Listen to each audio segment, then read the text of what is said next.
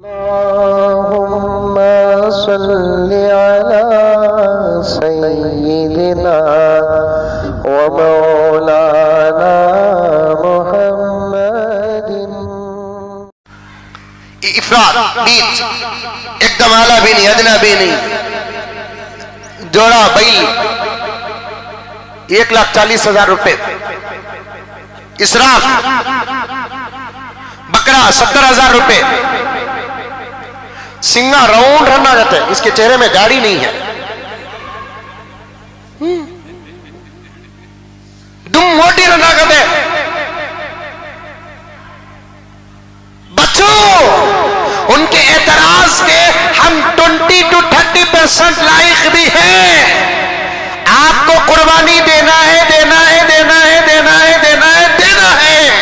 لیکن میرے بھائیوں, قربانی کا جانور اگر 30-35,000 روپے, بکرا 15-20,000 روپے بس کافی ہے. اونٹ کوئی ضروری نہیں. جب آسانی سے کچھ جانور مل جاتے ہیں تو انہی کو دو.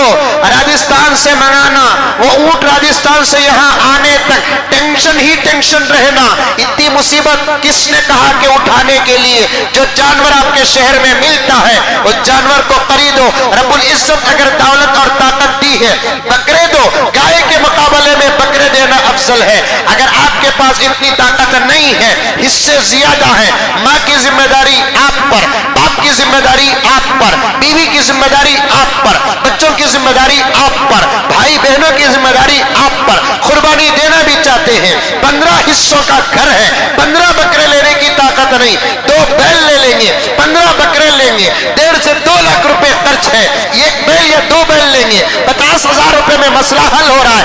قربانی دینا واجب بھی ہے. بہن کی بیٹی شادی کرنا بھی ضروری ہے, قربانی بھی دینا ہے. چاچا مریض ہے, قربانی بھی دینا ہے. محلے کے اندر بیوایا بھی ہے, ادھر قربانی کا حق بھی ادا کرنا ہے, ادھر غریبوں کا بھی حق ادا کرنا ہے.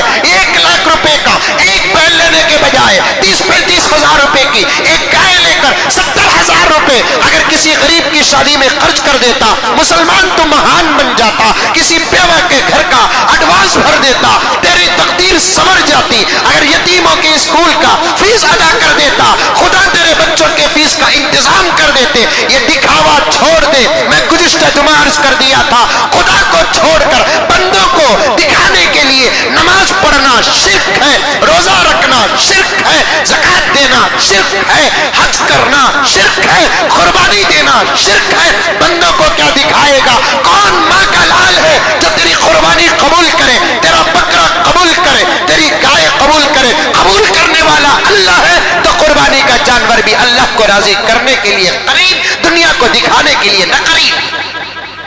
مسجدوں کا کام باقی 1.5 لاکھ کا جوڑا لے رہا ہے. مدرسوں کے اساتذہ کی تنخواہوں کا انتظام نہیں ہو رہا ہے, 1.5 لاکھ کا جوڑا لے رہا ہے. 70-80 ہزار روپے کا بکرا لے رہا ہے. تیرے ہی خاندان میں حساب ڈال کے کتنے بیوہ ہیں, تیرے خاندان میں حساب ڈال کہ کتنے یتیم ہیں, تیرے خاندان میں حساب ڈال کتنے لوگوں کو روزانہ 150 روپے 200 روپے کی دوا کی ضرورت ہے. تیرے خاندان میں غور کر, کون ایسا باپ ہے جس کے پیٹ میں 4 بچے ہیں, ڈاکٹر نے کہہ دیا کہ ہارٹ کا آپریشن کرنا پڑے گا, سرجری کرنا پڑے گا, فلاں کرنا پڑے گا, اور پیکیج آتا ہے 90,000 روپے کا. وہ چھپا کر ڈاکٹر کی باتوں کو گھر کے اندر آ کر بیوی سے کہتا ہے ڈاکٹر نے کہہ دیا کہ مجھے کچھ نہیں ہے. بچے پوچھتے ہیں کہ ابو ڈاکٹر نے کیا کہا؟ تو باپ بچوں کو تسلی دینے کے لیے کہتا ہے کچھ نہیں, ڈاکٹر نے کہا کہ گیس پرابلم ہے, صبح شام ایک گولی کھا لے. مرض ہے, وہ بولنا اس لیے نہیں چاہتا.